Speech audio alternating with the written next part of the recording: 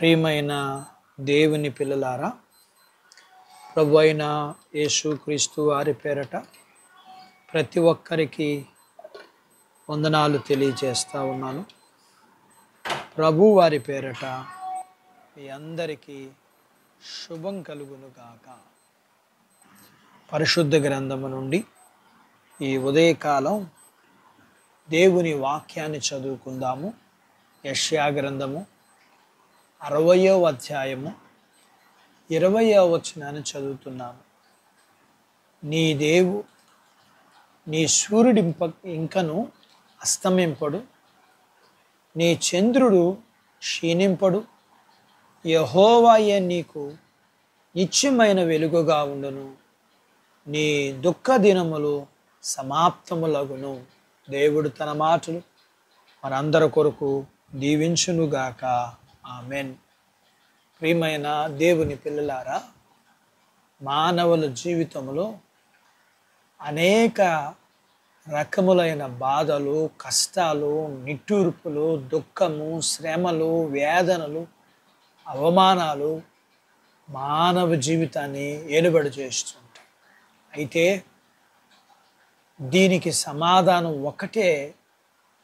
లేఖనము ఏమని సెలవిస్తుందంటే, యెహోవాను ఆశ్రయించిన వారికి ఏ మేలు కొదువై ఉండదు. ఆయనను నీవు ఆశ్రయిస్తే ఆయన నీ దుఃఖమును సంతోషంగా మార్చగలడు. ఇంతకీ నీ దుఃఖము పోవాలి అంటే నీ అవిశ్వాసం వల్ల నీ దుఃఖము పోదు. నీ అవిశ్వాసం పోవాలి. విశ్వాసం నీ దుఃఖాన్ని ఆనందంగా మారుస్తుంది. దేవుని కృప, విశ్వాసం నిన్ను దేవునికి ఇష్టనిగా చేస్తుంది. దేవుని కృపను పొందుకుంటావు. ఎల్కానా భార్య అయిన హన్నా, ఎల్కానాకు హన్నా ద్వారా బిడ్డలు పుట్టలేదని పెనిన్నాని పెళ్లి చేసుకుంటే పిల్లలు పుట్టారు పెనిన్నాకి. అయితే ప్రతి సంవత్సరము వీరు షిలోహులోని దేవాలయానికి కుటుంబం అంతా కలిసి ఆరాధనకు వెళ్ళేవారు. అయితే వెళ్ళినప్పుడల్లా దుఃఖము, కష్టము, నిట్టూర్పు, శ్రమ, వేదన, అవమానం హన్నాకి తన జీవితంలో కలిగేవి. ఇలా చాలా కాలం భోజనం లేక, సంతోషం లేక, సుఖము, ఆనందము, తృప్తి లేని పరిస్థితి తనది. ప్రతి సంవత్సరము వెళ్ళి బలి అర్పించి ప్రార్థించి దుఃఖముతో వచ్చేది.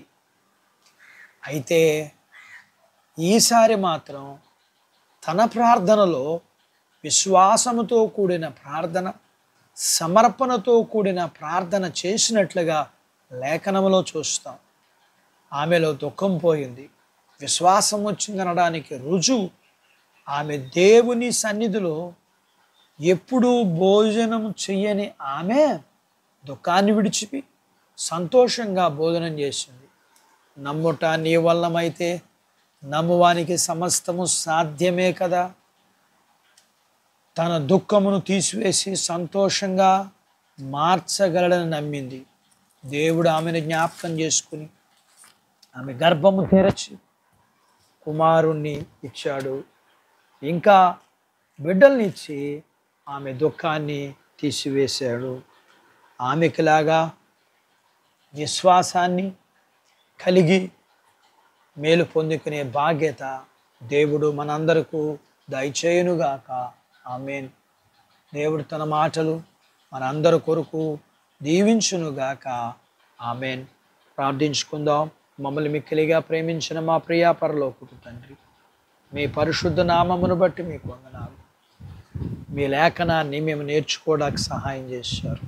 మేము నేర్చుకున్న లేఖన ప్రకారము మా అవిశ్వాసము మా దుఃఖాన్ని తీసివేయలేదు, కానీ మా విశ్వాసము మా ఏ దుఃఖానైనా తీసివేయగలదని హన్నా జీవితం ద్వారా మీరు మాతో మాట్లాడిన మాటలను బట్టి వాక్యము ప్రతి వారి జీవితంలో కార్యం చేయటానికి విశ్వాసం ద్వారా ప్రతి దుఃఖము నుంచి విడుదల పొందడానికి మీ పిల్లలకి మీరు సహాయం చేయమని, వాక్యం విని నాతో పాటు ప్రార్థనలో ఏకీభవిస్తున్న ఈ పిల్లలందరినీ, వీరిని, వీరి కుటుంబీకుల్ని, వీరు కలిగినంతటిని, చిన్న బిడ్డలను, యవనస్తులను, వృద్ధులను, స్త్రీ పురుషులను జ్ఞాపకం చేసుకోనమని, చదువులు, ఆరోగ్యాలు, ఉద్యోగాలు, వివాహాలు, పొలాలు, పశువులు, చేతి పనులను మీరు దీవించమని, ప్రతి వారికి ఉన్నబడిన మరియు రుణాలు తీర్చమని, ప్రతి అవసరతను తీర్చమని, ప్రతి వారికి కావలసిన గృహాలు కూడా అనుగ్రహించమని, ఎండల నుంచి విడుదల, వర్షాలను మీరు అనుగ్రహించమని,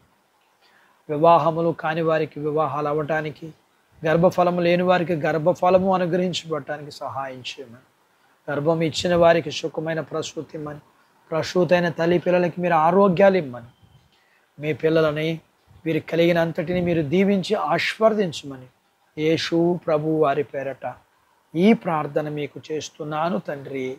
ఆమెన్. దేవుడు మిమ్మును దీవించునుగాక. ఆమెన్.